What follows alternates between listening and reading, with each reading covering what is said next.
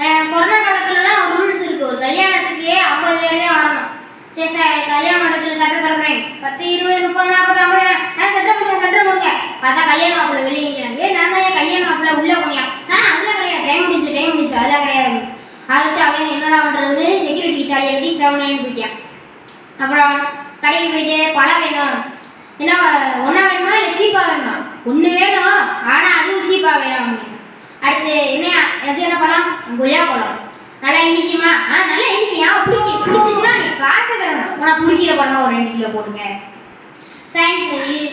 ஒரு டாக்டர்கிட்ட போகிறேன், இப்போ டாக்டர்கிட்ட போகிறோன்னா நம்ம காசு எவ்வளோ இருக்குது அப்படிதான் பார்ப்போம். இப்போ போகும்போது இப்படி நோட்டு பேரெல்லாம் எடுத்து போயிட்டேன். ஏன்னா டாக்டர் ஏன்ப்பா காசு தானே எல்லாரும் எடுத்துருவாங்க, நீங்கள் நோட்டு பேனா எடுத்துருவீங்க, நீங்கள் தானே சொன்னீங்க யூரின் டெஸ்ட்டு பிளட் டெஸ்ட்லாம் இருக்குன்னு அதை எழுதிட்டு போகலான்னு வந்தேன்.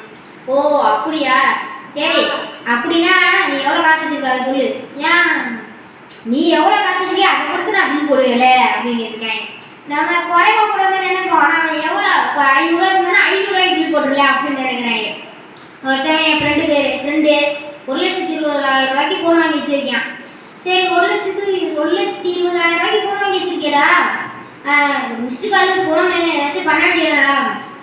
ஆகுனா செல் திறந்து அப்படி முடியலாம், செல்லை திறந்து முடியலாம். ஏன்னா பேர் செல்லத்துறையன், அது செல்லை திறந்து முடியல. அடுத்து டிராஃபிக் போலீஸ் பைக்கில் வந்துருக்காங்க, டிராஃபிக் போலீஸ் பண்ணிக்கிறாங்க 200 தரா இது லைசன்ஸ் தான். சரி சார் எனக்கு லைசன்ஸ் இல்லை சார், அப்போ நான் ஒரு 200 ஃபைன் கட்டேன் சார். நீங்கள் 200 வாங்குறீங்க, நான் அடுத்த செக் போஸ்ட்லேயே 200 கட்டணும், அடுத்த செக் போஸ்ட்லேயே 200 கட்டணும்.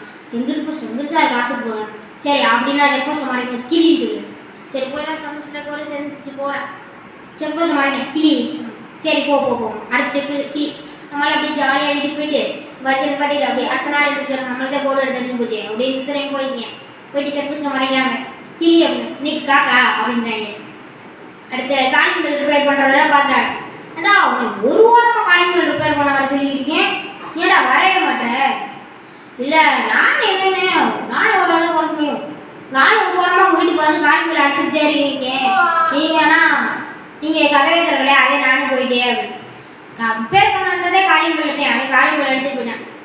டாக்டரு சொல்கிறாரு, டாக்டர் எனக்கு கண்ணு தெரியலையா, இந்த லாரி எங்கே நிற்கிது, அந்த ஒரு நம்பர் தெரியுதா, அது சொல்லுங்க சார். டாக்டர் சரி தெரியல சார். சரி அப்படின்னா நாளைக்கு வாங்க, ஆப்ரேஷன் பண்ணிடுவாங்க. சரி அப்படின்னு ஆப்ரேஷன் பண்ணிவிட்டு அந்த லாரி தெரியுதா, திரும்ப முடிச்சிருக்கேன். என்னடா ஆச்சு? லாரியே கண்ணில் தெரியல சார்.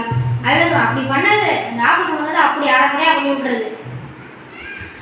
அப்புறம் ஒருத்தர் பார்க்கில் உட்காந்துருக்காரு அப்படின்னு சொல்கிறாரு, நான் தொடர்ந்து 5 வருஷமாக அந்த பூங்காவுக்கு வந்துட்டு இருக்கேன் பக்கத்தில், அவ்வளோ தூரம் உங்கள் வீடே அப்படின்னு இருக்கேன்.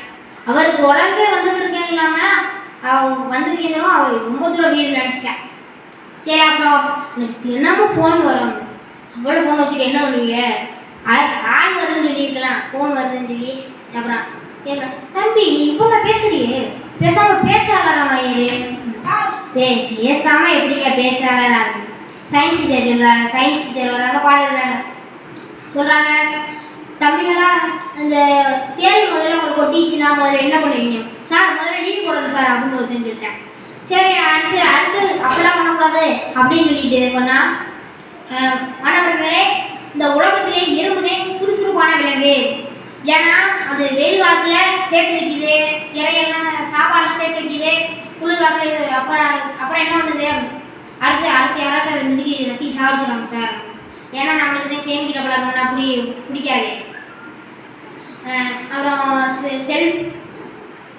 அந்த ஒரு டைலாக் சொல்கிறேன், ஆலமரத்தில் தொங்குதா வேறு, அதை பிடிச்சி தொங்குனா 5 பேர். விளக்கு மாற்றிக்கிறது ஊருக்கு ஒதுக்குறமா நடிச்சா தேரு, அதை இழுத்துட்டு வந்து விட்டாரா ஒரு இன்ச்சு சோறு. கிண்ணத்தைய தச்சு போட்டானா அவன் தான் டி நகரில் இருக்க ஜவுளி கடையை திறந்து வச்சானா. விளக்க மாற்றிக்கிறது விளம்பரம். கதையே வேணாம், கிளம்புறோம். நன்றி.